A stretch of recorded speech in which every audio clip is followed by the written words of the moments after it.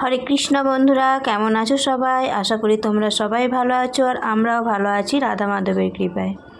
তো আজ একদম ভোরবেলা থেকে ব্লগটা শুরু করছি। এখন 5টা বাজে। এখন আমি স্নান করে আর তিলক পরে নিয়েছি, তিলক পরে আর ভগবানের ঘরে চলে এসেছি। তো ভগবানকে বাল্যভোগ নিবেদন করেছি, তারপর মঙ্গল আরতি করব। তোমাদেরকে একটু মঙ্গল আরতির উপকরণগুলো দেখিয়ে দিই আর ভগবানকে আজ বাল্যভোগে কি কি নিবেদন করেছি তাই তোমাদেরকে একটু দেখিয়ে দেবো। এই যে আরতির সমস্ত উপকরণ আমি এখানে নিয়ে নিয়েছি। আর এই যে ভগবানের সেবা চলছে, তাই পর্দা দেওয়া আছে। আর এখানে তুলসী আরতির উপকরণ নিয়ে নিয়েছি। তো ভগবানের ভোগ নিবেদন হয়ে গেছে, সেবা হয়ে গেছে। তো তোমরা একটু রাধা মাধবকে দর্শন করে নাও ভোরবেলা। এটা মঙ্গল আরতির আগে, তো এরপর আমি মঙ্গল আরতি করব। তো তোমরা হয়তো ভিডিওর মধ্যে অনেক গান বাজনার শব্দ পেতে পারো। আসলে আজ ঈশ্বরচন্দ্র বিদ্যাসাগরের জন্মোৎসব উপলক্ষে বাজারে অনুষ্ঠান চলছে।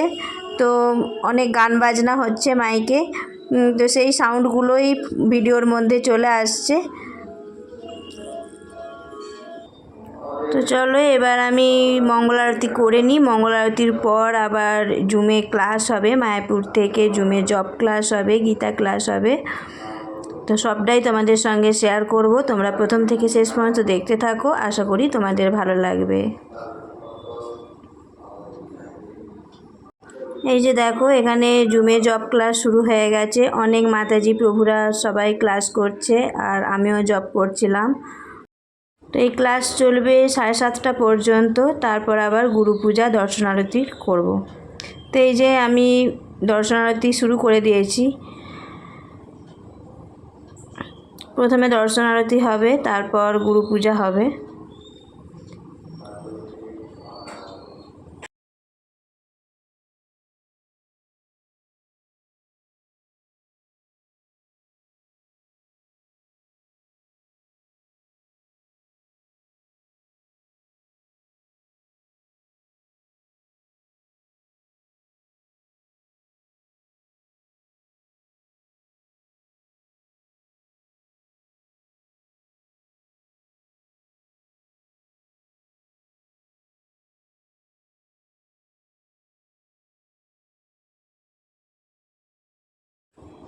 এই যে ভগবানের শৃঙ্গার করে তারপর ভগবানের আরতি করছিলাম। তো আরতি শেষে এবার যাব সকালবেলার ভোগ রান্না করতে। তো সকালবেলা আজ ভোগে ভগবানকে দিয়েছিলাম আলু মাখা, সেদ্ধ করে আলু মেখেছিলাম লঙ্কা জিরে দিয়ে, আর বেসন বড়া করে ভেজে নিয়েছিলাম। এই বেসন বড়াগুলো আলু সেদ্ধর সঙ্গেই মেখে নিয়েছিলাম।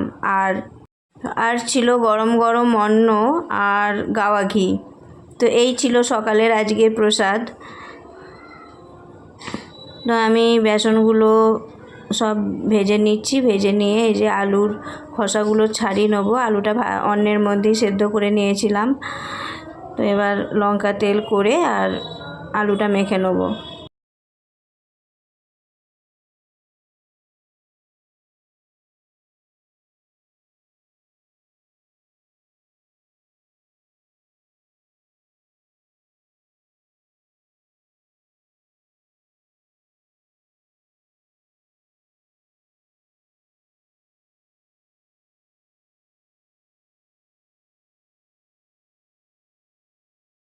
তো আলু আর বড়াগুলো আমি একসাথে মেখে নিয়েছি। মেখে নিয়ে এবার ভগবানের ভোগের থালা সাজিয়ে ভগবানকে ভোগ নিবেদন করব। খুব তাড়াতাড়ি করছিলাম, কারণ প্রভু আবার প্রসাদ পেতে চলে আসবে সকালবেলায়।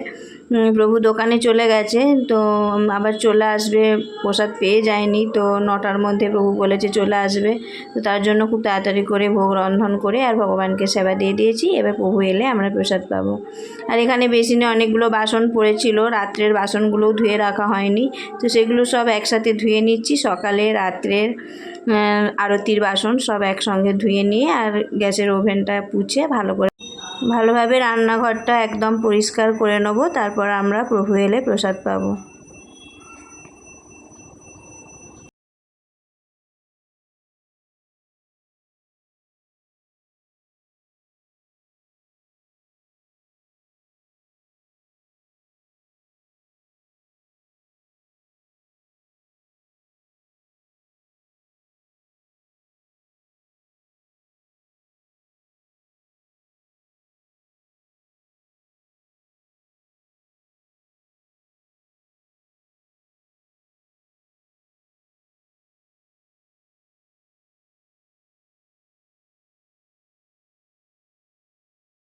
আমার সমস্ত বাসন ধোয়া হয়ে গেছে, ওদিকে প্রভুও চলে এসেছে।